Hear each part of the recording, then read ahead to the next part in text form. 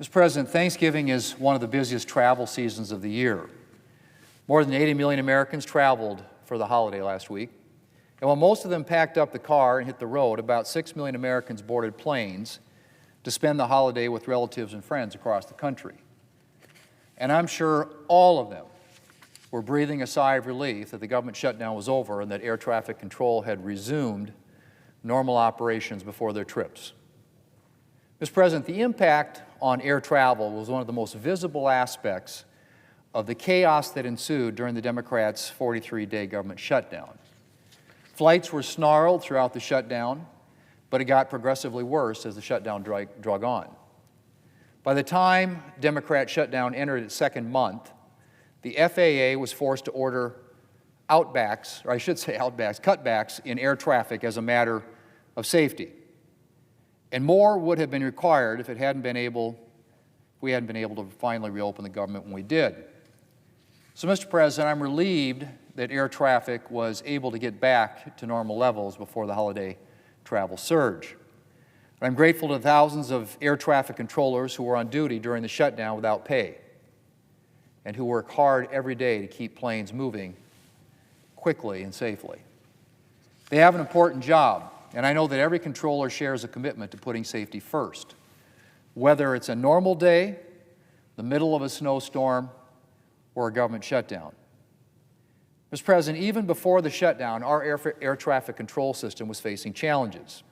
And modernization efforts have been a priority for both the Trump administration and for Congress this year. Before the holiday, the Commerce Committee's Aviation Subcommittee held a hearing that examined air traffic operations during the shutdown, as well as the challenges that existed prior to the shutdown and that still exist today. And I appreciate Chairman Moran's attention to these important issues. And I'm grateful that my colleagues are taking the time to delve into the challenges facing air traffic control. At least our Republican colleagues, Mr. President, are taking the time. The lead Democrat on that panel called the hearing political theater. And the Democrats' witness for the Aviation Subcommittee talked only about, get this, Obamacare. That's right, Mr. President, Obamacare. A hearing to examine air traffic safety and air traffic control. And that was the only witness the Democrats asked to come and testify. So I'm hoping that this was a one-time political stint and not an indication of the attitude that Democrats are going to take going forward. Because we have a lot more work to do on this issue. Republicans remain focused on improving air travel and safety, and that hearing was just one part of our continued efforts. Earlier this year, Republicans took a major step forward in air traffic modernization with the One Big Beautiful Bill, which made a significant investment in technology improvements for the air traffic system. Mr. President, the systems being used in air traffic control towers today are in desperate need of an update. This funding will help to deploy state-of-the-art technology to towers across America.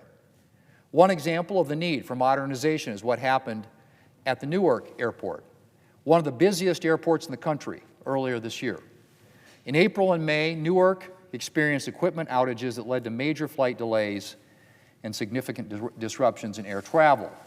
The Trump administration moved quickly to address these issues and bring Newark back to full strength, but the underlying issue is aging technology across the air traffic control system. Issues that are only exacerbated when adverse conditions strike, such as severe weather or the recent government shutdown. The investment from the One Big Beautiful Bill will go a long way towards solving the underlying technology problems and will strengthen the entire system. Mr. President, another challenge is the shortage of air traffic controllers. We're almost 4,000 controllers short of full strength, which means that controllers at a number of airports need to work longer hours and more shifts to keep the system going. Addressing this shortfall has been a priority for the Trump administration, which has devoted attention to hiring and training additional controllers. I appreciate that the administration managed to keep hiring and training operations going throughout the shutdown, which lessened the potential long-term consequences for America's skies. Republicans and Democrats here in Congress are focused, too, on supporting hiring and training efforts. And this year's transportation funding bill, which I hope to take up in the near future, supports sustained hiring and training to add 2,500 new controllers next year. Mr. President, upgrading outdated technology and adding new air traffic controllers will make a big difference for the traveling public and for supply chains that rely on air cargo. And it will help deliver a more modern air traffic system capable of providing more efficient and safer skies for all Americans. Things won't be fixed overnight, but thanks to the Trump administration and our continued efforts in Congress, we are making progress toward a state-of-the-art air traffic control system for America.